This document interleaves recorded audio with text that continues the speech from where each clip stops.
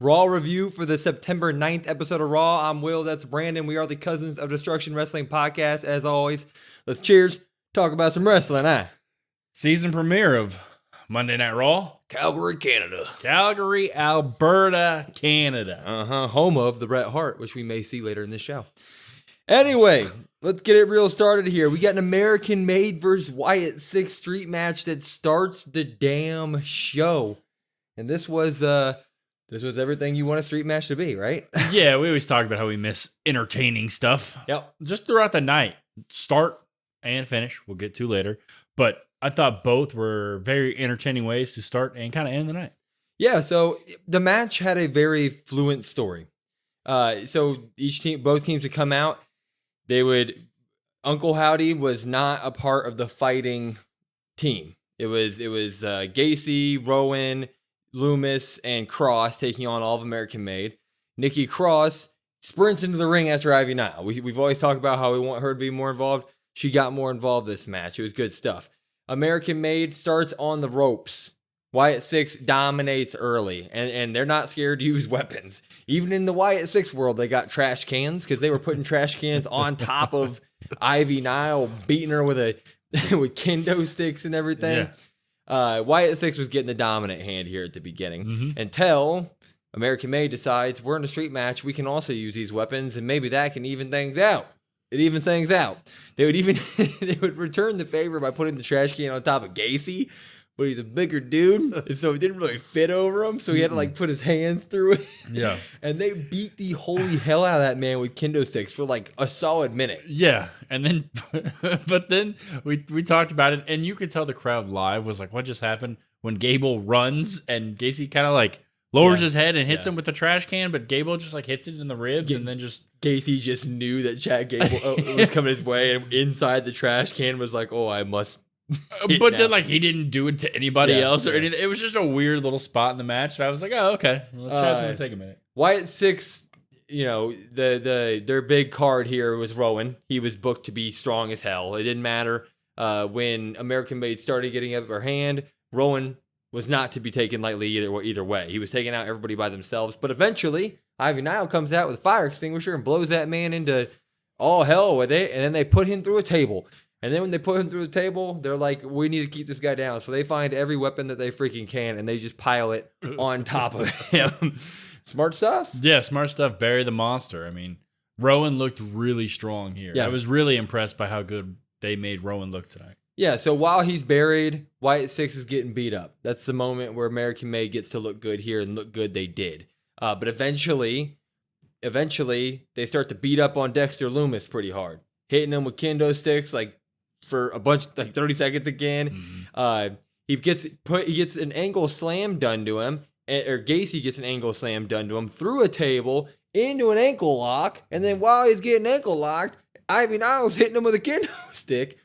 And while this is happening, Eric Rowan just explodes from under this pile of rubble that he was in. Mm-hmm. And he's before he goes into the ring, he's like, you know what? There's a barricade right here. I'm going to go ahead and kick it.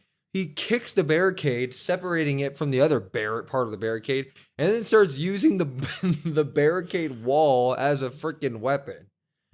I was like, okay, I've never seen that before. Good shit.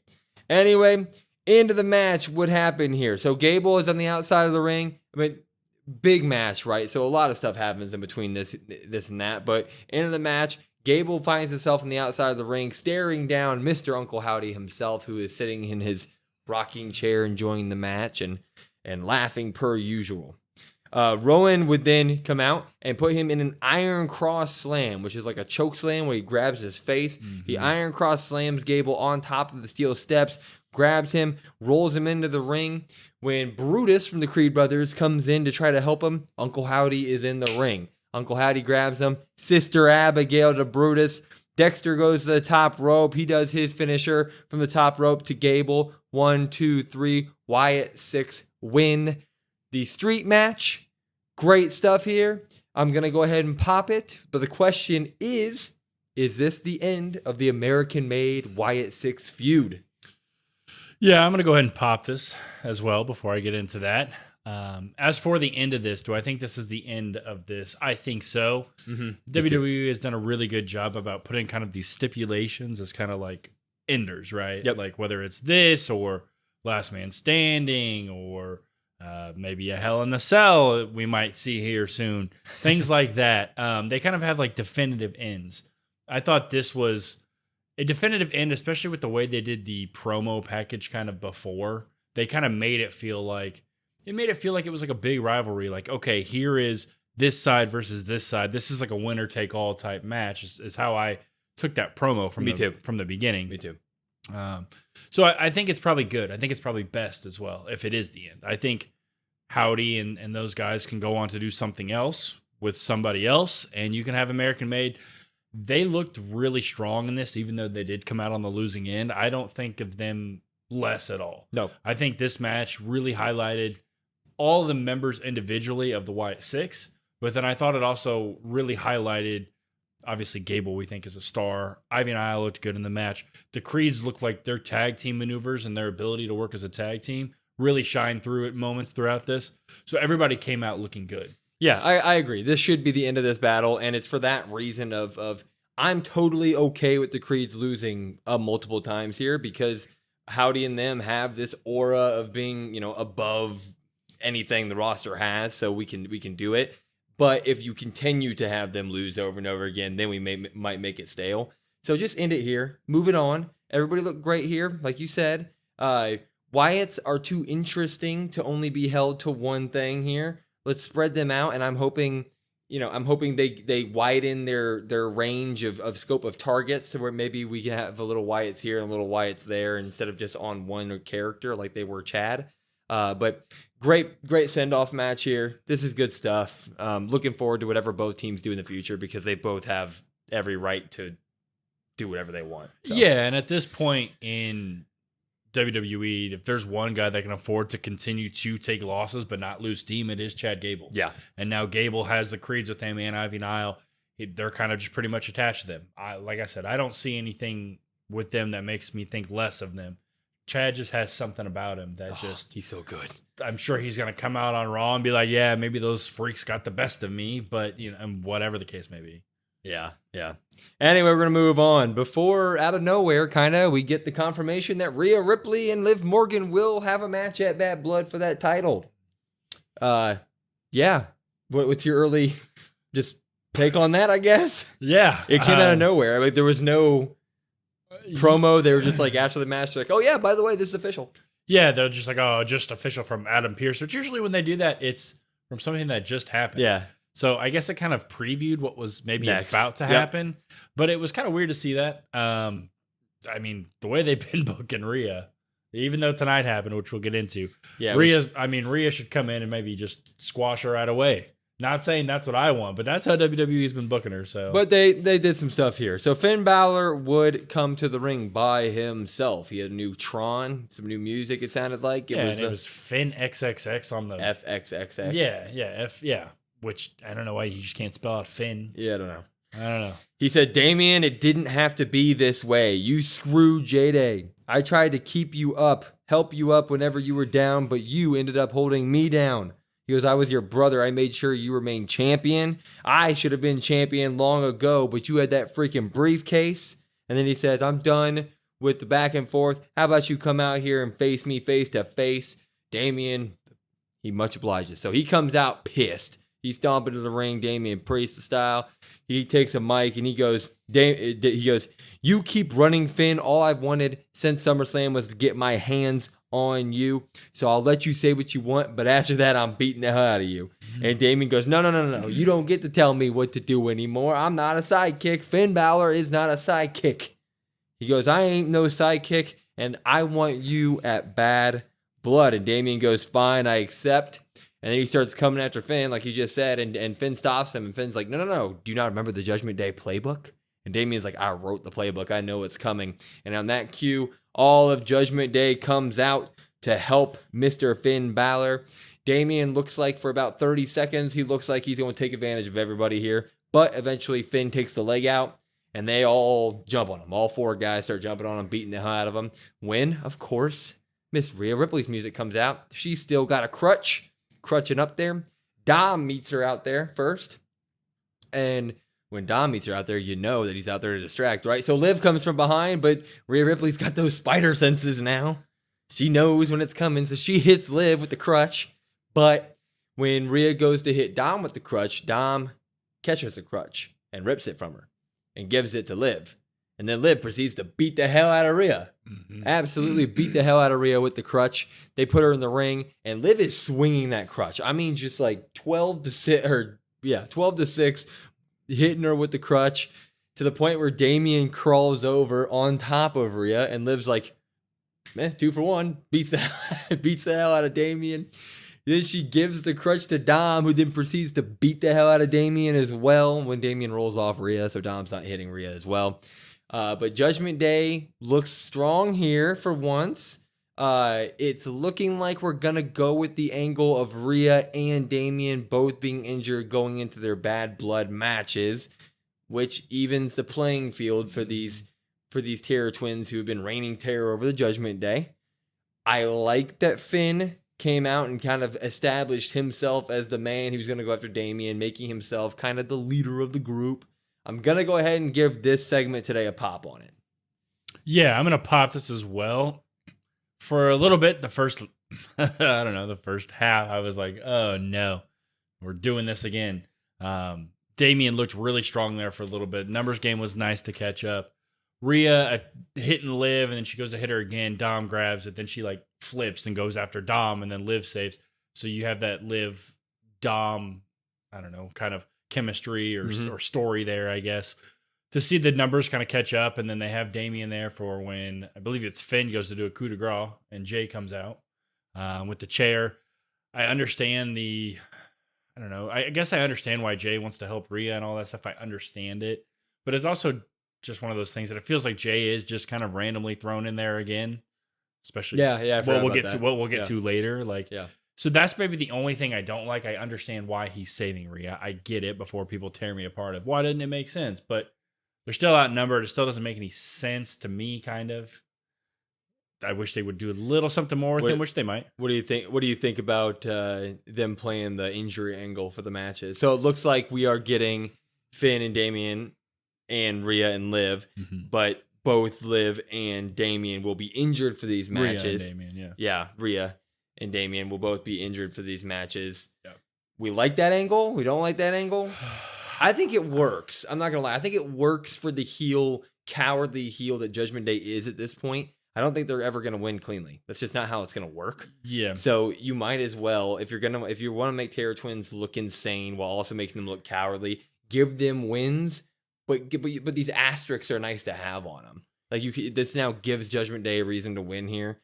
Now, if Damian and Rhea go in there hobbling, and we get interference from outside things, and they still overcome the Judgment Day, we're going to have some problems there. Yeah, I mean, I think you say, do I like it or not? I mean, I like it because I feel like it's the only thing they could do. Yeah. I feel like they booked Terror Twins so strong that, like, this was the only thing you could do to potentially make it where there is some doubt. Yeah. Because the way the Terror Twins have been booked so far before tonight was like, oh, there's nobody beating them. Yeah. So it makes sense from that angle. Like you said, it goes with Judgment Day as well, being the cowardly heels. I like Finn being the leader. We've kind of known that Finn's the leader, but to him kind of basically say it without saying it was kind of nice tonight. Yeah, I agree. And I guess I am hoping for a little bit extra in terms of both of those matches. I do hope there's a little bit of shenanigans, which normally I don't want with like the women's title, but I feel like the way that this feud's been booked with Rhea and Liv as of late, you're going to get some. I do wish there was a stipulation on the Liv Rhea match. Mm-hmm. Anyway, we'll move on. Braun Strowman's getting interviewed, and he says that he's still injured, but he's no excuses. He's a monster. So he's going to be dangerous in the IC #1 contender match. Braun Breaker does show up and say, "You are a monster, but I'm a dog, big man." Oof, oof, oof. We move on quickly to the Unholy Union is taking on Jade and Bianca in their women's tag team title match. Jade and Bianca look strong here, per usual. Bianca is on a different level of human than any human on that roster. I don't care, men, women, Bret Hart, it doesn't matter. She's amazing. This match basically went Jade and Bianca dominating the entire way through with a little bit of Unholy Union sprinkled here, sprinkled there. But they trusted Jade a lot more here. Jade got a lot of good offense in here, taking out multiple women at once, doing a bunch of her power moves.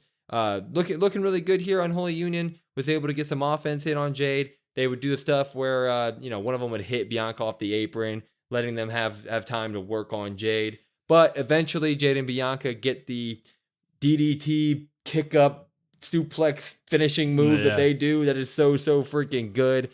Jade and Bianca do keep their titles here. Right decision, fun match. I know we didn't go into big detail here, but it was a Unholy Union Bianca Jade match that we have seen a few times at this point. Not saying that that's bad at all, but that's what it was. Good blow off match here to hopefully move them on. Good stuff. Pop it. Yeah, I'll pop this as well. I think this match was actually really good. I found myself really enjoying the match. Yeah.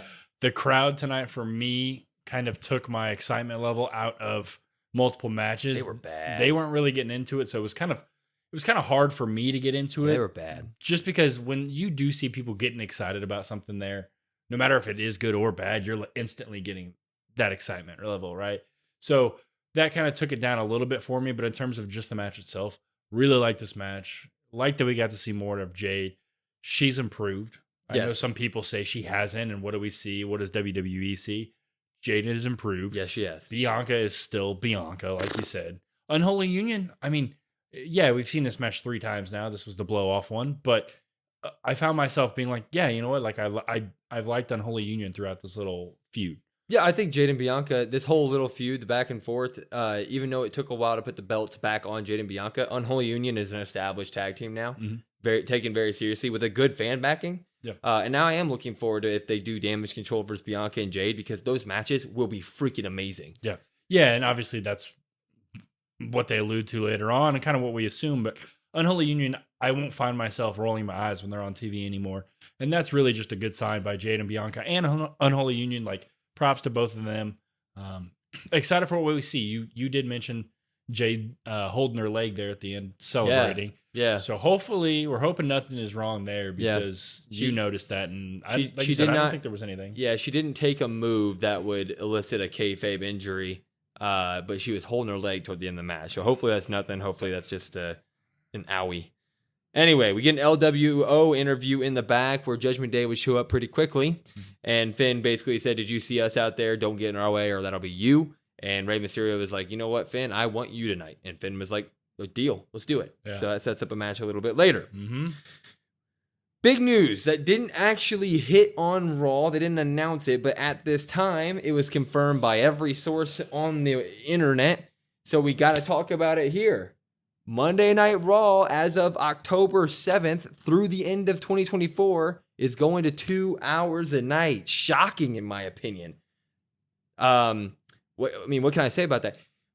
When Raw went 3 hours for a lot of years, it felt like a drag, right? It felt like, oh my God, this is 3 hours. I think as of the last 8-9 months, I'd say the last year, Raw has done a great job of managing those 3 hours. Do I feel really good? I look forward to my Monday nights. It's a good cap off to my Monday night, sitting there watching 3 hours of wrestling. So I don't know about this change. I wonder if SmackDown will go 3 hours to go back on it or to flip that script a little bit, but it's crazy to think. Yeah, and we know the debut on USA for SmackDown is going to be 3 hours. We don't know if that's going to be a permanent thing or not. Yeah, kind of shocking. It felt like this was pretty much out of nowhere. Kind of like an RKO, I guess. Like, it just, I don't know. It, like you said, for years and years and years, 3 hours, you're like, and then when they initially made that 3 hour, the first couple weeks were good, right? Yeah. And then you're like, oh God, this is 3 hours. This is really, really long stuff. But as of late, especially post-Mania, we've really only seen kind of 1, maybe 2 bad episodes of Raw. Yeah. I would say 1. So for 3 hours, they're really utilizing that time well. My biggest thing is going to be, what do they do with the roster? Because the roster is so deep. The stories are so deep. Do we get it to where it's like, 1 week you get this story, next week you get this story, and kind of like delaying the feuds a little bit? Which is how wrestling used to be. Mm-hmm. That used to be what Raw was. Mm-hmm. It was kind of every other week you get every other story, but we've been so spoiled. The stories have been so great, and they have built such a phenomenal mid-card roster here on Raw that I'm going to feel like that missed something. When we get to 2 hours, I'm like, oh, I missed this. I'd like to see this more, but it is just something to where we're gonna have to get used to it, and it's not forever. It's just till the end of 2024 at this point. So we shall see. Yeah, it is. That's going to be the biggest thing. Like you said, it is going to make you be like, oh man, I missed a Braun Breaker tonight. Yeah. Or, oh, I missed Howdy. Or, oh, I missed Jey Uso.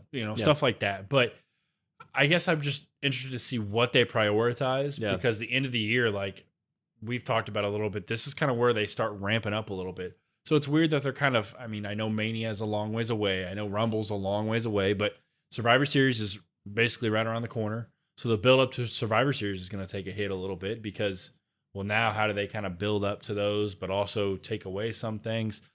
They've got enough social media influence that I wonder if that's maybe the route they go with some of these. Yeah. Kind of, and maybe there's more emphasis on speed being a thing. Maybe they make speed important. We shall see. Anyway, we're in Calgary, Canada. What does that mean? One man has to show up. The best there is, the best there was, the best there ever will be. Mr. Bret Hart, he comes out to the ring. He says, "This is the place to be. I took pride in being a Canadian champion.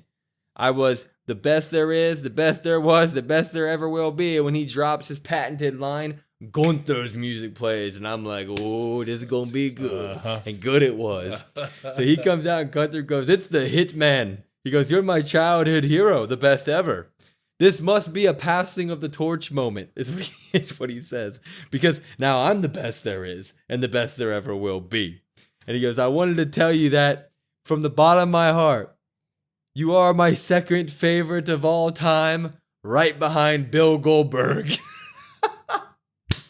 It's so good.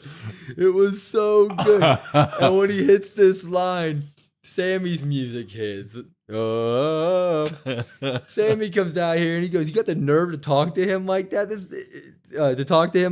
isn't a joke. This man is a Canadian hero. He is a hero to me. Bret defined what a champion is. He didn't back down from anybody. I challenged you last week and all you did was run away. If you really say that you're the best and that you want to be the best there ever will be, then prove it at Bad Blood against me." And Gunther says, "Bret, with all due respect, you're not in my league. And Sammy, you're a long ways away from Bret's league." So my answer remains no. And he takes off. He starts to casually walk to the back when Bret Hart gets the mic back and he says, "That's no champion. That's a dirty yellow coward." I was like, okay, Mr. Bret. That's what he kept saying. He kept saying it. He kept calling him a coward over and over again. He basically called him chicken, and Gunther turned around pissed off. He started walking to the ring to probably beat the hell out of Mr. Bret Hart, but Sami Zayn meets him outside the ring before he can get there. Yeah, and Sammy, I don't mean to interrupt, but Sammy's going to step up to him like, "Oh, you got a problem with Bret Hart, you got a problem with me." I'm like, what are we doing? I get it. I know that's his hero. I know they're both Canadian, but good God. Gunther throws a punch, but Sammy immediately reverses it. He kind of beats him up on the outside of the ring for a little bit until Gunther can squeak away. Sammy goes back into the ring and does, holds up Bret Hart's hands. Music hits, all good stuff here.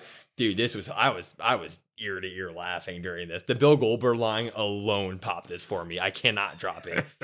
I mean, come on. Gunther saying the Bill Goldberg line, that was amazing. Yeah, I'm going to pop this as well. I don't know how you can't. I think it was during this moment, like with the promo with Gunther and Bret, that I was like, it really hit me that Gunther has got so much more charisma than what he showed in his like Imperium days. Yeah. So like this character that he has, like while he's still the prestige of the championships, like I'm bringing prestige back. I'm the most important. These people don't know what wrestling is. It's kind of like his Imperium character, but there's a little bit of like more charisma with him. You know what I mean? Not just charisma, heat. Mm-hmm. He's got a ton of heat now. He got Dominik level boos tonight at the beginning of his promo before he could say a word. He was getting drowned out by it. So he's really taking on that heel position, and he's doing it with that smirky, douchey smile on his face where you just want to slap him. And when he says that type of stuff, his delivery is so like it's so passive aggressive at people. It's perfect. Yeah, it's almost like that smirk reminds me a little bit of JBL when JBL was like the champion. Yeah, like there's little hints of that. Obviously, Gunther's not a Wall Street financial mogul millionaire, cowboy, but like just that smirk and the way he says things. And I mean, the Bill Goldberg line is his line of the year. I wish they would have had a camera on Bret. Well, we were joking about it before he said it. We're like, he's going to say that he loves Bill Goldberg or something. We were sitting there laughing. And then he dropped the line. I mean, like out loud cackles from us. We were like, that's too good, man. Too good. All right. Good. It is. Pete Dunne interview backstage, and Bron Breakker is going one by one to each of his contestants that he'd be fighting here later, or that would be fighting for a shot at his title here later tonight. And Bron wants to call him Butch, and he goes. Pete keeps going, "Don't call me that," and then Bron's like, "Okay, what do you want to talk about, Pete?" And he goes. Pete says something about wanting to win, and Bron goes, "At the end of the day, all you're gonna do is do that stupid shrug." Wondering why the dogs are barking so loud. And he keeps doing it. He keeps doing it. Great dude. Bron Breakker's so good. And then right after this, like not randomly, we know the storyline, but Sheamus out of nowhere attacks Pete Dunne, but not to the point where Pete Dunne would have to be removed from the match or anything, but just to establish that, hey, this is still a thing. Even though Pete Dunne's got a bunch of different stuff going on as well in NXT, that man's working hard. Yeah, busiest man in WWE. Busiest man. We would get our Dragon Lee with the LWO taking on Dominik Mysterio, who has the J-Day as well by his side in a 1v1 match. Little throwback to his North American title days in NXT. Taking on Dragon Lee.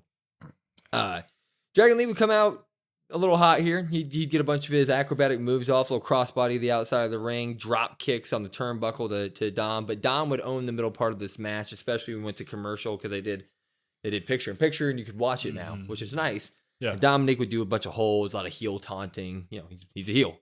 That's what the heels do. So he would dominate the mid-match until Dragon Lee would get another corner drop kick, and he would catch Dom right in that black eye, right in the shiner that he still has. It was a really good drop kick.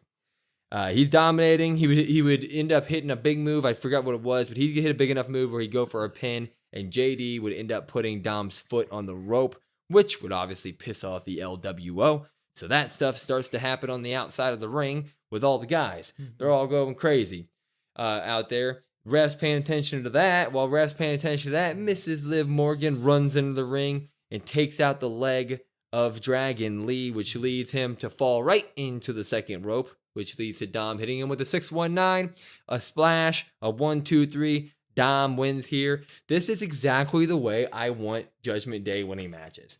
People act like when we did our Judgment Day thing last week, people took it as like, we think the Judgment Day should just be beating people clean and should be really strong. No. We just want the heel cowards to win matches in a heel cowardly way without just taking off from the middle of their matches, all right? This is the way you do it. I'm popping it. Yeah, I mean, you have to have the heels. You have to have the heels win sometimes to give them credibility. Exactly. I don't care how they do it. You know, That was kind of the point of that.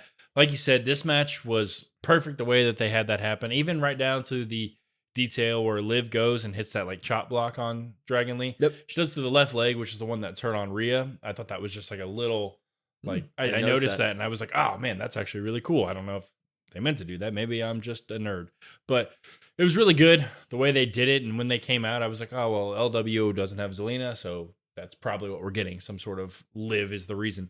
Which is perfect. Goes perfect with Judgment Day. Perfect with Liv and Dom. Dom gets a win. He gets some credibility.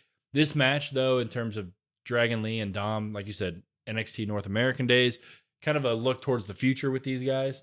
And they're kind of in that same category of Bron Breakker and Dragunov. Not to that level, but to the level of I wouldn't mind seeing them anytime wrestle. Yeah. Because they're entertaining. Yeah, they're great. Absolutely great. Popping it? Yeah, I got to pop this one. Not many drops tonight for me, to be honest. No, it's funny you mentioned that. Why does I say that? We're about to get Pure Fusion Collective comes out. Boy. Neutron, they do. Not a good Tron. Looks like something I could make. Not a good Tron. Not a good Tron. It's better than their old Tron, I guess. They have matching clothing now, and so it all works. They're like the NWO. But they're taking on Zelina Vega, Lyra Valkyria, and somebody. It's black and white. Bret Hart's here. We're in Canada. The entire way, ever since the second they said that last week, the entire internet was like, I mean, it's Natalia. It's Natalia. Well, the funny part that happens before they introduce Natalia, Lyra's doing her entrance, and Sonya's like, nah, screw your entrance. She takes the mic. She's like, I know you like your entrance. I know it means a lot to you, but screw you. And she takes it, and she's like, I don't care who your partner is. We're going to destroy you guys because all you guys do is fail. And that's when Natalia does come out here. This match had it just. How can I say it? PFC does take over at the beginning of the match, right? They drag Zelina over to the corner, to like right next to their corner, and they take turns tagging in. So they just stomp the hell out of Zelina Vega. Most of the match, yeah. Yeah, they're throwing her outside of the ring. They're doing some nice suplexes against the ring apron, drop her on it, throwing her against the barricade. Makes sense. They're really good at that. That team is very good at convincing me that they're a good team. But then you get all the stuff that happens at the end of all their matches, right? So when I tell you this, I'm not lying. Lyra Valkyria, the young up-and-coming star of this team, of the Natty Zelina Lyra team, never got tagged into the match. She didn't once get offense in this match. She did not get tagged. She got a move off earlier. When Zelina made a comeback, she kind of did her dive through the ropes and helped out. But she got to move it on the end. Yeah, she got to move it on the end there, I guess. But she never once got tagged into this match. What ends up happening is we get a hot tag to Natalia, who just kind of destroys everybody. Destroys Zoe Stark. She tries to put this sharpshooter on her, but PFC gets in the way. And then that's when the Lyra Valkyria stuff would happen, meaning she would do one move to kind of, her and Zelina would suicide dive on the outside and take out the rest of PFC, and then drag them all into the ring, where all three of them would hit a triple sharpshooter, which is a cool little scene. Okay? And to be fair, so Natalia hits the sharpshooter, Zelina Vega hits the Boston Crab, and then Lyra hits the one-legged Boston Crab. Yeah. So it's like they didn't all even triple sharpshooter. But it was but Joe Tessitore was like the triple sharpshooter. Joe doesn't know the moves. Yeah, he does not know the moves. We talked about that earlier. But anyway, they get the win here, and Bret Hart congratulates them after the match. Yeah. Look, this is in a weird. They came back from commercial and they just showed the Canadian flag, and then they went backstage, and Bret Hart's like, "This isn't a Bret Hart moment. This is a Natalia moment." And then it cuts. It's that fast. And it was like, "What the hell is this?" Like it was that fast. Yeah, it was really weird. I just don't understand it. Here's my thing. People are gonna be like, "This is a fun moment," and it was. The triple sharpshooter was fun, but things also need to happen to put your. Lyra Valkyria is a star. She's a future star. She should be getting offense in any match she's in, period. Okay? For one. PFC is this supposed badass women's group who doesn't win jack shit. What are we going to do about it's the same thing. People are going to be like, well, they're heels. They're supposed to lose. You have to give them credibility. They don't win anything. They literally don't win anything. And when they don't win, they get disqualified, and it's a draw or something. What are we gonna do? So Natalia can come back from however long her break is, and just immediately beat this team who is the self-called best women's team in all of wrestling. It doesn't make any logical sense. For that reason, I'm dropping this. I'm gonna drop this as well, right as I said. Not many drops of the night. Yeah. I can't add much more to what you said. It's weird that Valkyria didn't get any time in the match, considering you think about the backstage promo with her and Zelina weeks ago. Valkyria is like, oh, well, I know somebody. So it's Valkyria was the whole reason that Natalia is there. So I would have thought there would have been something there. Just anything. Even if she's the one that gets beat up. I know Zelina gets beat up because she is the smaller one. Maybe you beat Valkyria up. She's a great seller too. Something. No offense to Natalia, but she's never been something that moves the needle for me. So her return, I was just like, oh, okay, cool. And then you have PFC, who is a women's faction that just maybe a month and a half ago was super credible, in my opinion. It sucks. We remember when they got formed, we were like, this is going to be awesome. Yeah. This is going to be the group. Well, they could take on Jade and Bianca right now. We'd believe it. And now we're a month. Sorry, but we're a month and a half out, 2 months out from it, and it's like, Jesus, I mean, they can't do anything but lose. Yeah. There's nothing that they do. Yeah, I mean, I don't know. Because you would sit there and say, well, if you were going to have this 3-person Natalia, Valkyria, Zelina team, what other team would you have them go against? Well, that's pretty much your only option, right? Yeah. That's pretty much okay, that's who they're going to go against. But that's maybe why I wouldn't have done it. Maybe I would have just had a Valkyria tagging with Natalia versus a random tag team. I don't know, something, because PFC, they've just lost all credibility. Yep. All of it. There's no reason to really watch them. I mean, like you said, we thought they were going to be the ones to challenge Bianca and Jade for the titles, or at least when they get them back, they'll be there. Like they were in that mix with Damage Control to be like number one contenders. They had the match with Unholy Union and Jade and Bianca. Like that team that we saw there of Shayna and Zoe is not the same team that we're getting now. No, not at all. And that was just not It's that a shame. long ago. It's a shame, honestly. Anyway, Drew McIntyre would come to the ring, and he wants to celebrate because he ended Punk's career. He beat the hell out of Punk. He even joined in the CM Punk chants, and he said, "From now on, when we do that, I'll cheer with you, and we'll be doing it in the memorial of CM Punk." that was a pretty good one. I like that. It was good. Drew had this like an aw shucks, like, I did that. Yeah, I did such a good job. Sort of like cadence to his promo tonight. I thought it's it was like good. the weight was off his shoulders because he was like, I've been talking about this guy since January, and now we're finally here. And he goes, "What's next for the Drew McIntyre, the great Drew McIntyre?" He goes, "World titles, obviously. I'll go there." He goes, "I got a Hollywood movie coming out this week, coming out soon with Mr. Dave Bautista. So go check that out. But there's one thing on my list that I need to take care of real quick. And I've got some bad news for him." Yeah. He turns to his friend Wade Barrett. And Wade Barrett's like, "Oh, shit." And he's sitting at the commentary table, and Drew McIntyre's like, "You've been one of, I don't have many friends, Wade. You're one of my lifelong friends. We've gotten arrested together. That's how good of friends we are. But last week, when I was beating the hell out of CM Punk, you wanted to get in my way. I'm not mad at you." He goes, "I'm disappointed. But if you ever do that again, I'll be more than disappointed. I'll be mad.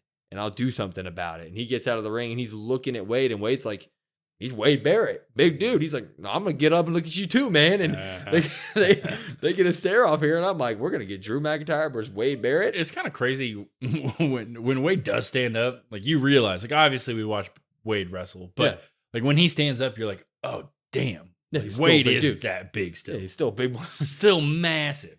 But we don't get Wade Barrett because Adam Pearce comes out, and Adam Pearce is like, "Dude, what are you doing?" He's like, "What are you doing? You're going to fight commentators now?" Is basically what he's going to say. And Adam Pearce goes, "Sorry to break it to you, Drew, but I spoke to CM Punk today.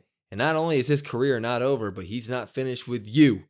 Because, nah. And because of that, we're going to get one more match, you and CM Punk." And Drew at this point is like, "Sure, I'll kill CM Punk one more time." Mm-hmm. And Adam Pearce breaks the news. He goes, "It will be CM Punk, Drew McIntyre, Bad Blood, Hell in a Cell." And Drew's all for it. Crowd's going absolutely wild. This is all a pop for me. I love it. We are getting the Hell in the Cell match that we all wanted. It was expected, sort of, but now that it's here, it's like, oh, it's like candy on Halloween, dude. I can't wait to watch it. This is exactly what this rivalry needs to end. Cannot wait. Yeah, it's exactly what you need to end. I'm going to pop it as well. Pierce again. Pierce has really done a good job as that Raw GM. Yeah, I really like his timing, his delivery with stuff. Good promo by Drew. Him going after Wade Barrett. We've talked about it before off camera. I'm a big Wade Barrett fan. Always have been. I really did like the bad news gimmick, even though it kind of gets shit on a little bit. The best part was the big staircase with his podium. "I'm afraid I've got some bad news." It's super cool. So we get hints at that again. Second time, really this kind of more focused. We kind of got like a little bit of it last week, and now it's really focused. So in my head, as we'll do in our Bad Blood kind of wish list ideas, I'm thinking some way, somehow, Wade Barrett kind of plays a part in it. And that's the next feud for Drew. And that's the next feud for Drew. All right, but then we're going to leave Joe Tessitore out there commentating. Or does Wade Barrett wear a microphone during the match? He commentates his own punches and the German suplex. Did Drew McIntyre setting up for the Claymore kick? Like that would be cool. Why not? Yeah, you probably have Corey Graves. Corey Graves always kind of bounces back and forth. Why not? I'm just excited. I know Barrett's been cleared before, so to get him kind of playing that role, I always like it when the commentator that obviously was a wrestler, like Jerry the King or Ventura or Corey Graves at times, and now Wade Barrett, like Taz. I don't know how I almost forgot Taz, but you have them kind of play into actual storylines. Yeah. I always really like that. Yeah, I do too. I don't, honestly, at this point, I don't care who wins this match. I mean, I have my opinions on who should and who shouldn't, but like at this point, the strap match has proved to me that these guys know how to do violence the right way in wrestling, good stuff. And this match is going to be a 5-star match. I have absolutely no doubt. It's exactly what we wanted for Bad Blood. I think it should maybe go on last. We'll talk about that at some point, but this is the perfect blow-off match. Cannot wait for Bad Blood. That card's looking good. That is the most important thing to me that you said. They know how to do this right. They know how to book these stipulation gimmick matches, specialty matches, whatever you want to call them. WWE, we've kind of seen them start to come back, but they've kind of peppered it in. Like, here you get a special guest referee. Here you get a steel cage. Here you get, Hell in a Cell. They've done a really good job about sprinkling them in. And when they have them, they actually make them feel like a real deal because they don't have them very often. Just please bring back the normal steel cell, not that stupid red one. I would assume for this one, since neither one of them really kind of has red as like a gimmick or anything. Yeah. I would assume this one is just God, please. We can hope, right? Anyway, we get a small segment. Karrion Kross is talking to The Miz, so that's beginning to be a thing. But Xavier Woods comes in. He's like, don't listen to that man. But then Kofi Kingston comes in and says, guess what, Xavier? While you weren't here last week at work, you have a little passive-aggressive nods there. I got us a tag team championship match next week. So it's going to be the New Day taking on Judgment Day. So that's going to be a thing. Yeah. The passive-aggressiveness, I don't know. Like you said, conflicted. Judgment Day probably needs to lose those. It's weird because you have Judgment Day in a storyline where somebody could screw them over, but then you also have the tension of the New Day. So what might happen there? I don't know. Either way, I think with that match, I'm going to be okay with however it comes out. I agree. Rey Mysterio, Finn Balor, by themselves. No LWO, no Judgment Day here. And then none of them showed up the entire way through. Yeah. This was back and forth. Rey Mysterio, he said that he got stem cells, and it proves he looks great in the ring. That man's going to wrestle till he's 100, and he's going to be able to do Hurricane Ranas and springboard moonsaults and all the stuff. It's crazy good. He would kind of dominate this match, but the times where Finn would get offense, he'd look really strong. This was definitely the make Finn look stronger match. And it came to the point, it was a quick match. It came to the point where Finn had Rey in the ropes and was doing a scorpion leg lock to him. Sharpshooter. Was it a sharpshooter? It was, scorpion leg lock.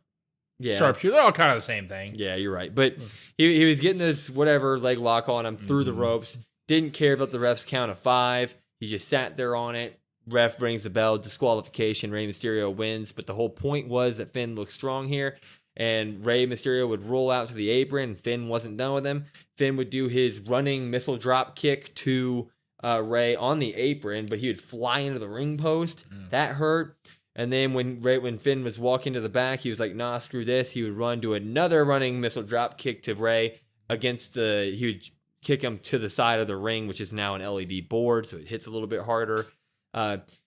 Nothing Bronson Reed level of dominating here, but at least we're finally getting the intentions of WWE to be like, hey, we get it, people. Finn is going to be a leader of this group. We're gonna get him there. We just got it. We're going to do it slowly and slowly and slowly. So I like that. Rey looked great. I'm popping all this. Yeah, I'm going to pop it as well.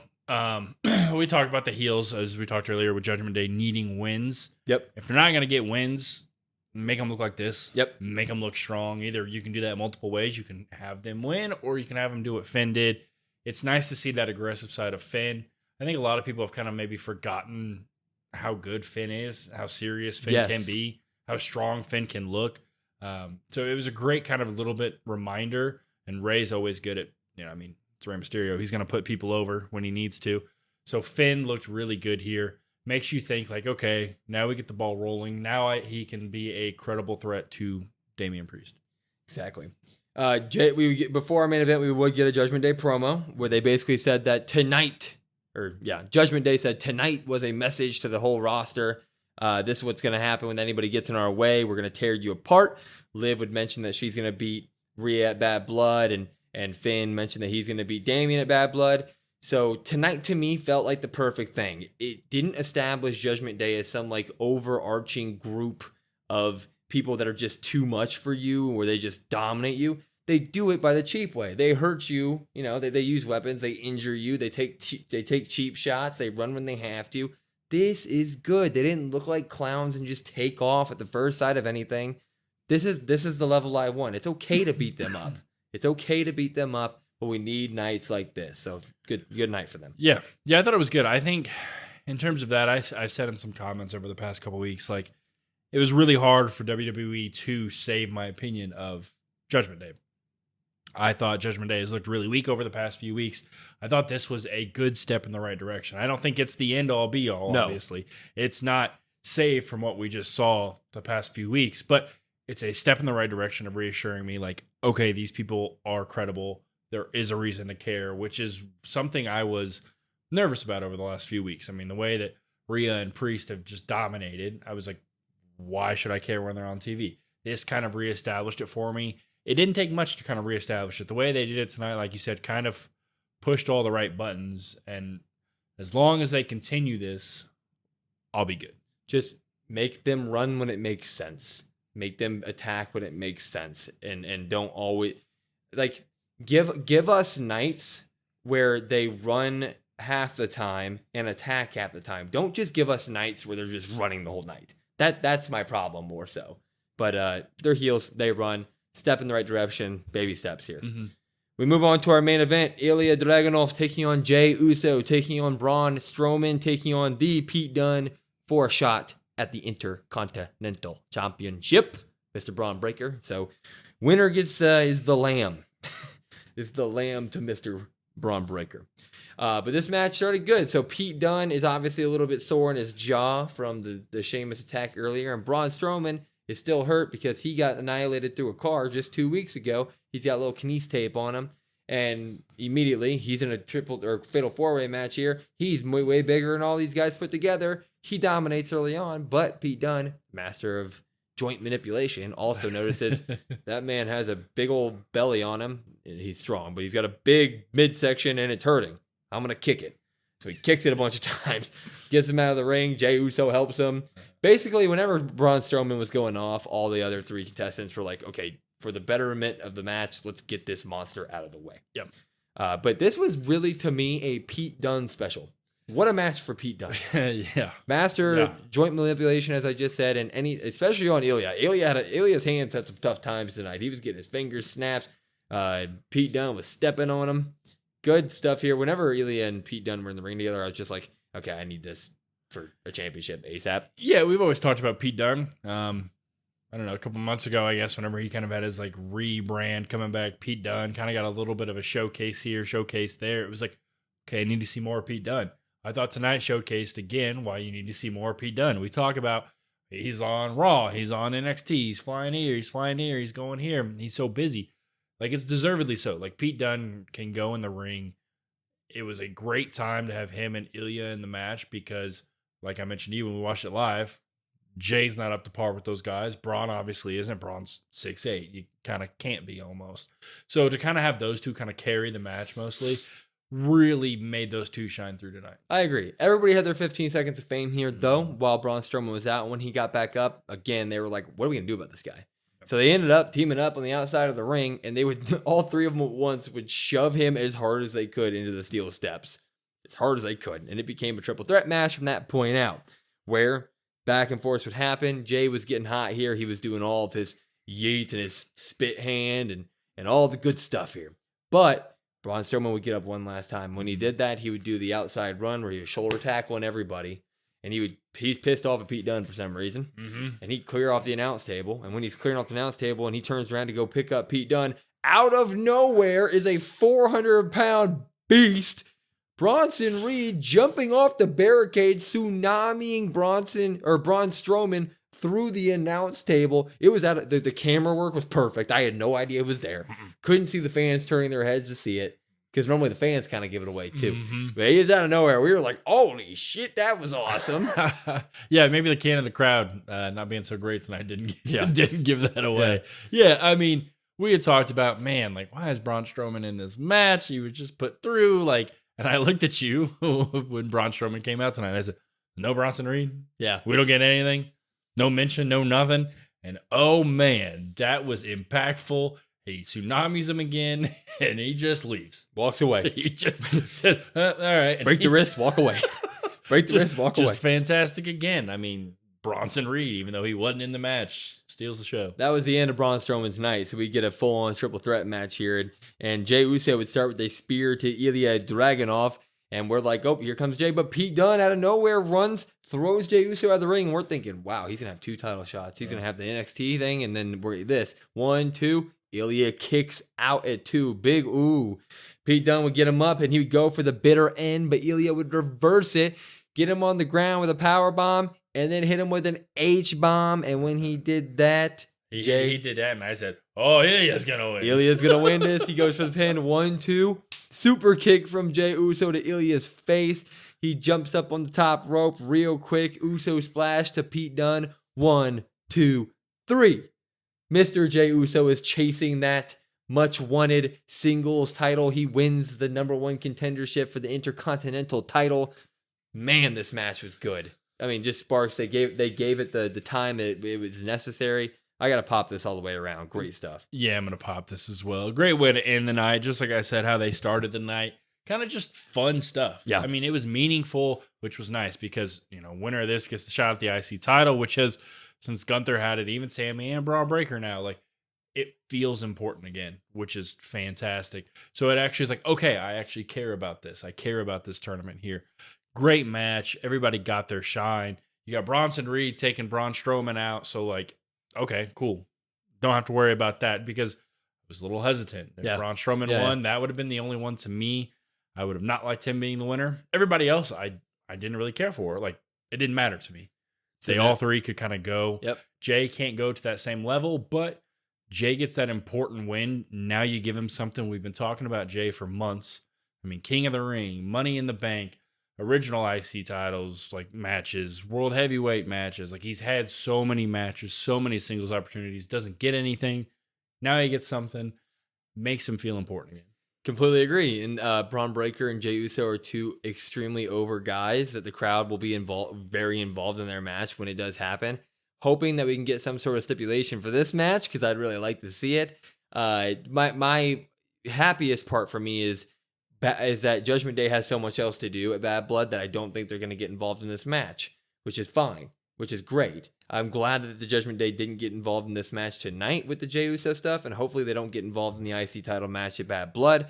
I want Jey to stand on his own 2 feet and see what happens there. I don't see him beating Braun Breaker, but this match should be great, and maybe it'll be the baton handoff to SmackDown for him in some way where we can maybe start doing the Bloodline stuff. But I'm very glad they won this match because I didn't want to see a whole other month of Jey just floating around doing whatever. Yeah, it gives Jey, it gives you a reason to care about Jey being on TV again. It's just been coming out of the crowd, yeeting, and then going in the ring and having a match here and there.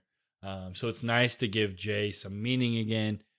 I wouldn't be shocked if we go the route of Braun Breaker, maybe quote unquote, like injury. Not like a super long thing, right? But he's a match with him, like kind of how he did with Ilya. How Ilya was out for like a couple weeks, and maybe that's how you go navigate him to SmackDown. Oh yeah, after Jey, yeah, you can have Braun Breaker knock him out. Yeah. You have him do that to Jey because it kind of, unless you have some weird bloodline stuff, we're assuming it happens at Bad Blood, so disclaimer there. Maybe if you have some weird bloodline stuff, that could maybe do that, but that also wouldn't really make sense. So maybe he kind of gets destroyed a little bit because Braun Breaker, like. You look at the track record, there was Ricochet, there was Dragunov, even Sami Zayn. Like, he has these matches with people, and he kind of writes them off for a few weeks. Mean, Braun's also been talking that shit to Jey's family. Maybe they let Jey strip it for one, and then get it back in Survivor Series. So yeah, we shall see. That'd be like a smart. I don't know. Well, it'll be interesting to see, and that's. I guess that's the thing. You can have your theory, I can have my theory. You guys can have your theory, but importantly, that's the best part because. Now we all have something. We have a reason to care about Jey. We have a reason to be like, you have your opinion, you have yours, I have mine, and it's all different. Agreed. And we haven't had something like this for Jey since probably Money in the Bank. Easily. And even then, people were like, I don't really see him winning it, but he should. Everybody kind of agreed. He should win it. He probably won't. Now it's like, now where do you go with him with the IC, bloodline stuff? It's all interesting now. It is. What a great episode of Raw. Yeah. It really was. Great episode of Raw. Great season premiere for Raw. Yeah. We gave it overwhelming pop. Yeah. Overwhelming pop. And night and day difference from last week. Looking forward to the SmackDown premiere on USA this Friday. It's going to be really good stuff. So we're going to get right after it. Anyway, follow us on all of our socials at COD WrestlePod, COD WrestlePod. Listen to us wherever you get your podcast, Spotify, Apple, etc. And if you want to join our Discord, come talk about this stuff during the shows or whenever throughout the day, come do it. It's a link tree in our bio. Anyway, I'm Will. That's Brandon. We are the Cousins of Destruction Wrestling Podcast, and we will see you next time.